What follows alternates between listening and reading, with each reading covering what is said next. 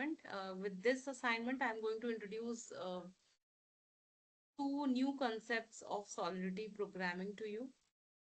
So the second assignment is writing a smart contract to make a function registration to a conference and make it payable for the registration fees. Okay. So with this problem statement, we are going to understand what is a payable function, okay, and how to write it, the syntax is associated with it. So let's start.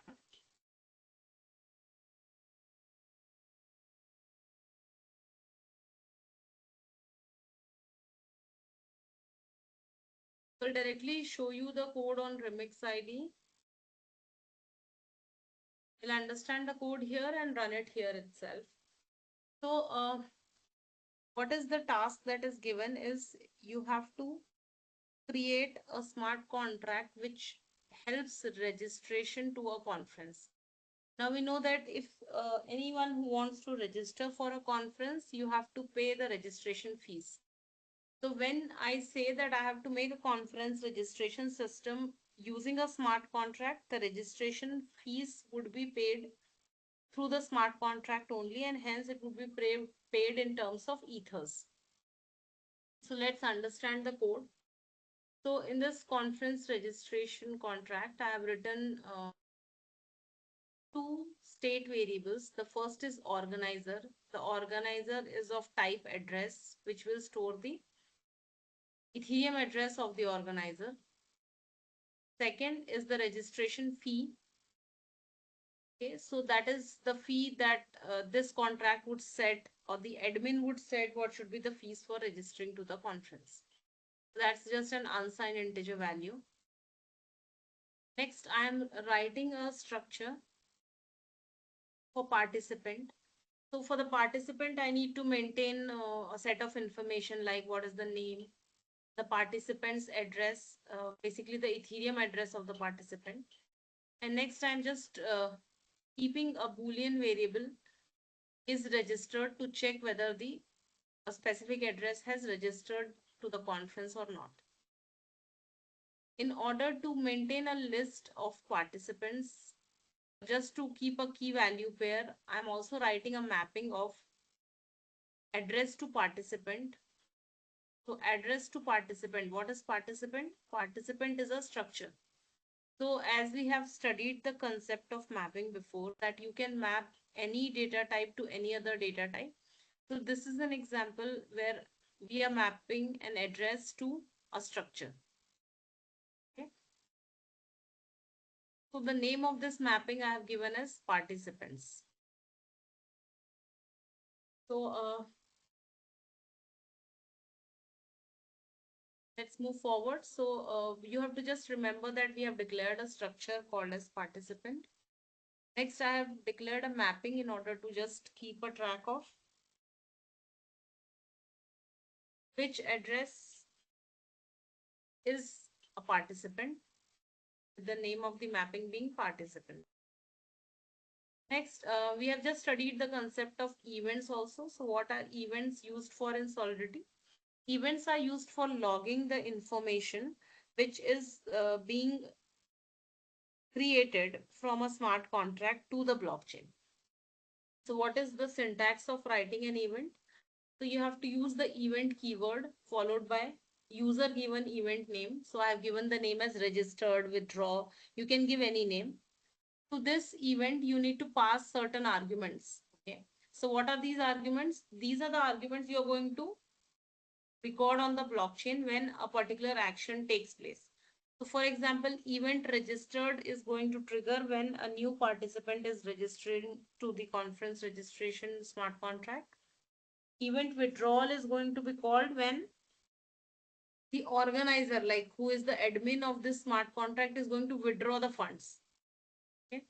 So to this registered event, I am passing two parameters, that is the participant address and the name of the participant. So it will just record it on the blockchain that who was the participant who was just added to the system. Withdraw will actually record on the blockchain that the admin has withdrawn what was the amount which was withdrawn. So we have written two events. Events are basically used to log the informations onto the blockchain. Next, we are writing a constructor.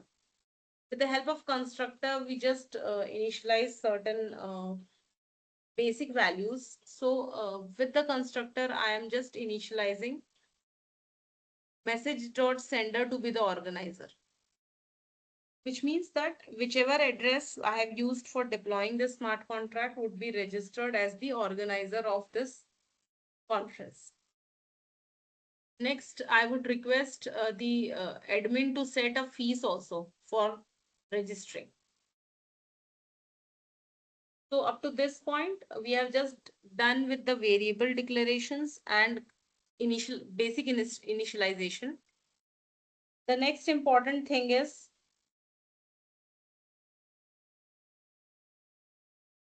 writing the register function. Okay, so this register function, I am marking it as payable. So what is a payable function? So any function which receives cryptocurrency, you have to mark that function as payable. So payable indicates to the compiler that this function can actually receive cryptocurrencies. Okay, so this is the keyword that we are studying it for the first time, that what is a payable function. Before that, whatever functions we have written were just basic functions. We have not marked them payable. Neither we have actually send ethers from a contract. So with this, we are going to learn how to write payable functions, also how to send ethers.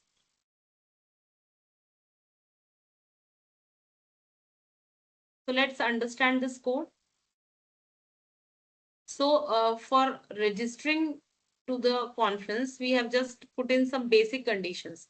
What is the first condition in require? I am passing the message dot value. What is message dot value? Whatever ethers you want to send, you have to put it in the message dot value field. So we are going to see how to call or how to send ethers while we run this contract. So what is the first condition? That the message dot value, whoever is trying to register, should be equal to the registration fee. If these two values are not matching, this require is going to throw an error that incorrect registration fees. Second is, I have to check whether the participant is already registered or not. So for that, what I've written, not, okay, there's an exclamation mark, which is the not symbol. So not participants message dot sender. I'm just checking the address, whoever is trying to register, with the Boolean variable I have set is registered. Okay. So is registered should be false. Then only this participant can register. Otherwise, it is already registered, which is the error that we are throwing from the require statement. Okay. So we have just checked the basic conditions, that whether the address has paid the right amount of fees. Second, we are checking that whether this address is already registered or not. If both the conditions are satisfied, then only we move to the next step, that is registering this particular data. How are we doing that? This is the name of my mapping. Participants message dot sender is the address and participant is the name of the mapping, to which I am directly passing participant name underscore name, participant address is message dot sender is registered true. So with this, what we are doing, we are passing all the arguments to the participant, which is my mapping, linking both these things together. So as soon as the registration completes, okay, what do? I am emitting registered. What is registered? Registered is the name of my event. So whenever you write events in Solidity, one is the event declaration part that we have done here. This is the event declaration. But whenever that event needs to be triggered, you have to write the emit keyword. Emit is also a keyword. So what is the syntax of emitting an event? You have to write the emit keyword followed by the name of the event. So whenever a new participant is registering, I am emitting the registered event by passing the address and the name of the participant. So we have already studied that message.sender actually contains the address. Okay. Which address? The address or the account which is currently in use. So this is our register function. In the register function, we have basically checked whether the new address has passed the correct registration fees and whether this address is already registered or not. Otherwise, we are making it a new participant and we are recording that information onto the blockchain. Next, there's one function is registered, which is returning a Boolean value. So I can explicitly check by passing an address to this is registered function, whether it is that address is registered or not. At the end, we are writing a withdraw function. Okay, who can call the withdraw function? The condition I have written inside the withdraw that who can call it. You can use the only owner modifier that we did in previous examples to do the same job. So let's understand this. Function withdraw. I have marked it as public. And the condition that we are checking is require message.sender should be equal to organizer. So yes, the withdrawing of the funds is possible only by the admin of the contract because he would take the registration fees. So if this is not the case, I am throwing an error. Only organizer can withdraw. No other addresses can actually withdraw the funds. Next, what we are doing, if this condition is satisfied or it is true, I have declared a new variable called as balance and to which I am passing address this, which is the current address dot balance. Okay. What is this balance?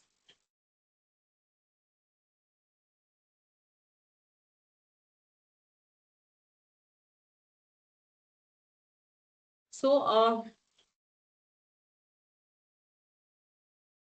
we are passing the amount which was present to this account and then we are checking that whether the balance is greater than 0.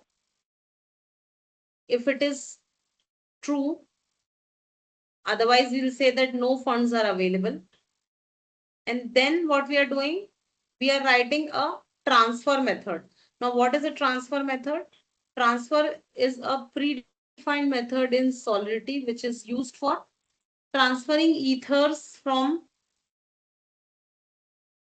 a particular account or transferring ethers or the particular balance to a particular account. So if we understand the syntax, I have written payable organizer, which means this organizer address is marked as payable because in order to send or receive cryptocurrency, you have to mark that function and address as payable.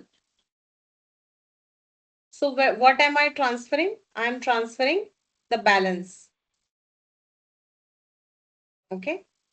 So with this, the balance is transferred to the organizer. Next, at the end, what we are doing, we have also written an event for withdraw. So whenever there is a withdraw that is occurring, I need to record that information also onto the blockchain. So once the withdrawal is successful, I am emitting emit withdraw. I'm passing two arguments, that is the organizer's address and the balance which was transferred. Okay. So this is a basic implementation of a registration function and a withdrawal function that we have written in code. What are the key takeaways that we have learned from this code is how to write payable functions and what is the significance of payable. So payable is basically a keyword that is used with functions and addresses which should be capable of sending or receiving ethers.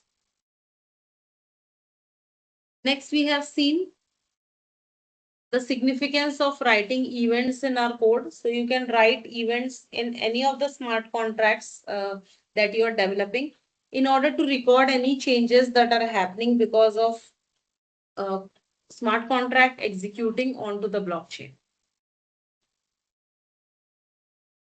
Okay. So, and also we have learned one more function here, which is dot transfer.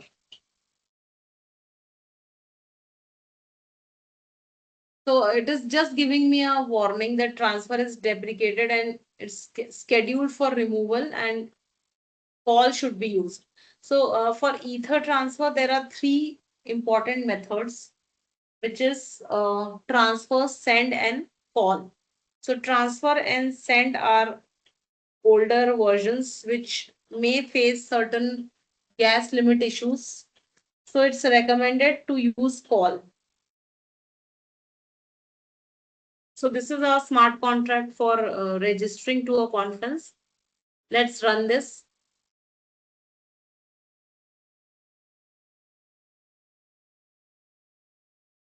So I've already compiled it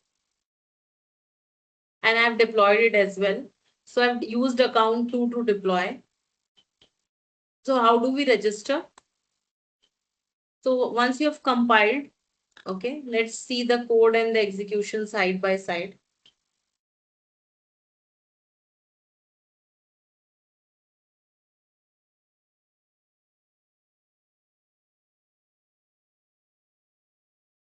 So once you are compiled, before deploying, you have to set these two things.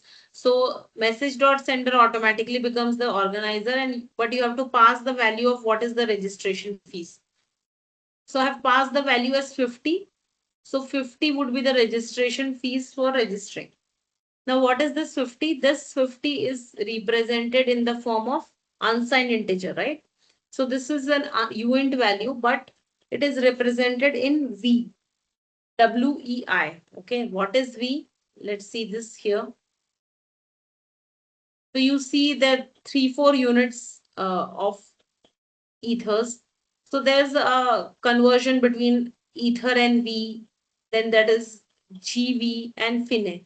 So these are smaller denominations of ethers, and ethers is the highest. Okay. So 1 V is some 10 to the power 8 ethers. That's the conversion.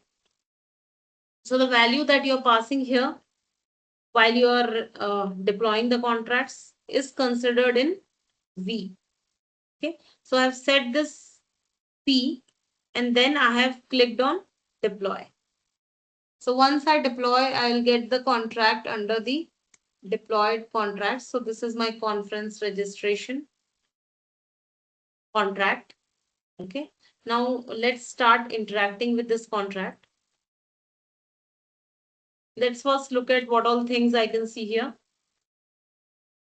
So we can see a register function, which is marked as payable.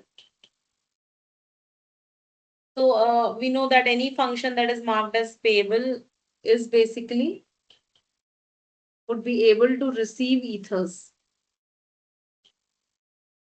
Next, I have a withdraw function, is registered function, and some variables. Okay. So let's check the value of each parameter. So if I go check who is the organizer. So if I just call the organizer variable, it is giving me the address. So you can just observe that C5CB2, C5CB2. So I have deployed the contract with account 2, which becomes the organizer here. Okay.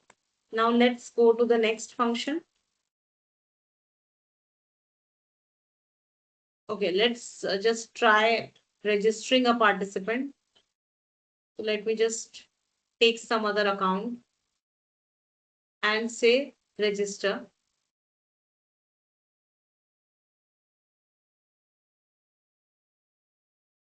What do I need to do? I have to pass a new name.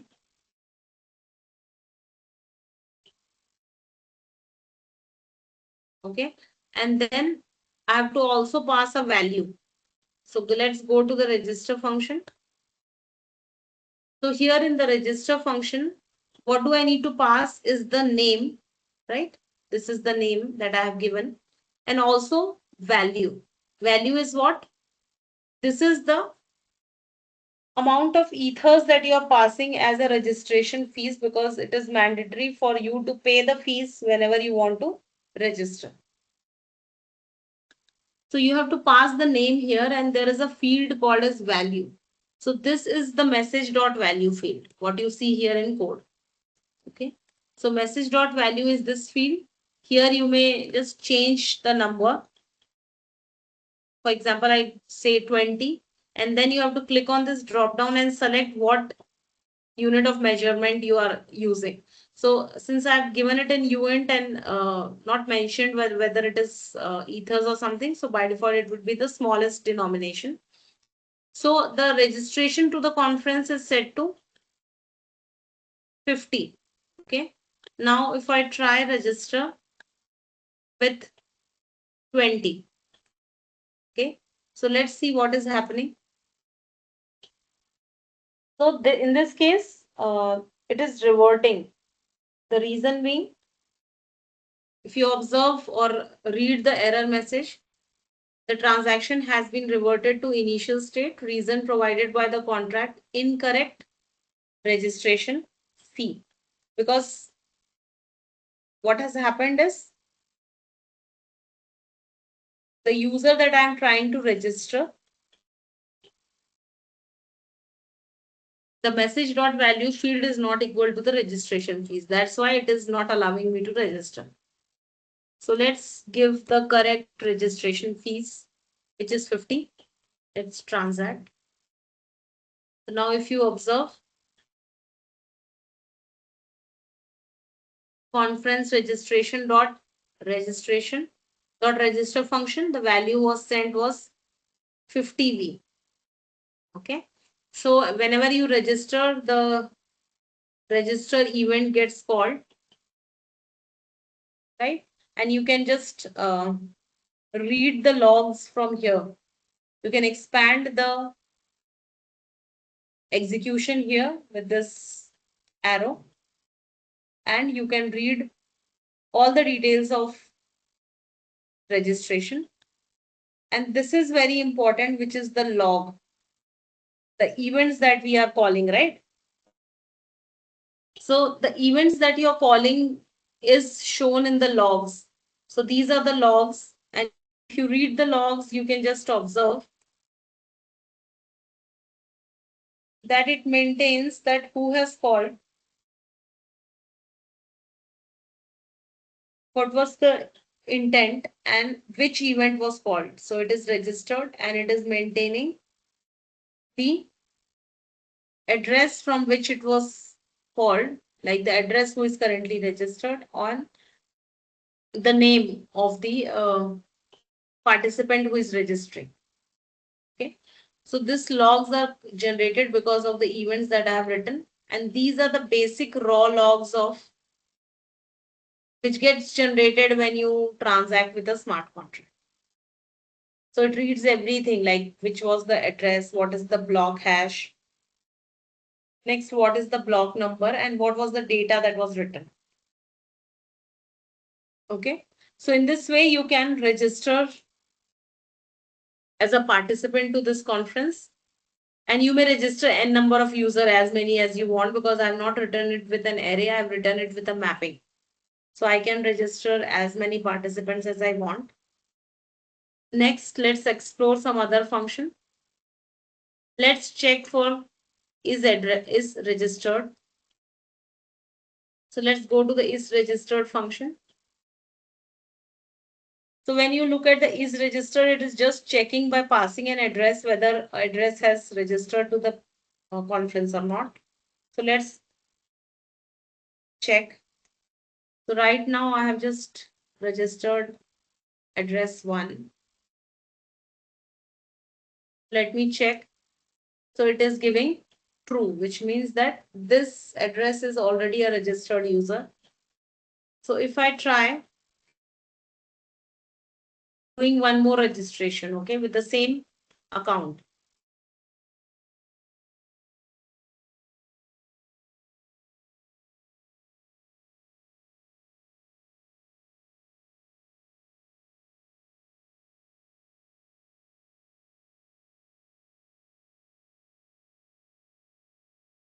Right. So what I've done, I've not changed the account and I'm trying to register one more user from the same account. Let's see what happens. So no, this is reverting, and the reason it is giving for the revert is already registered. Okay, which means that what is the problem that has occurred? I have not changed the account and I'm registering one more user from the same account, which is not allowed.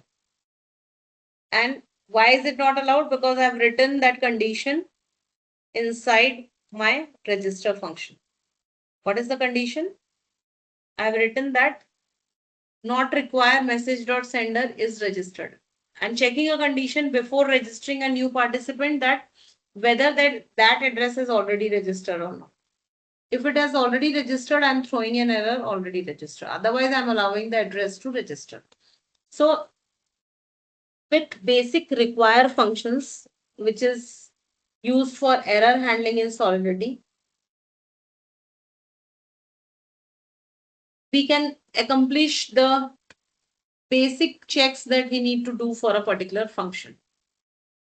Right? Okay. So we have checked for is registered.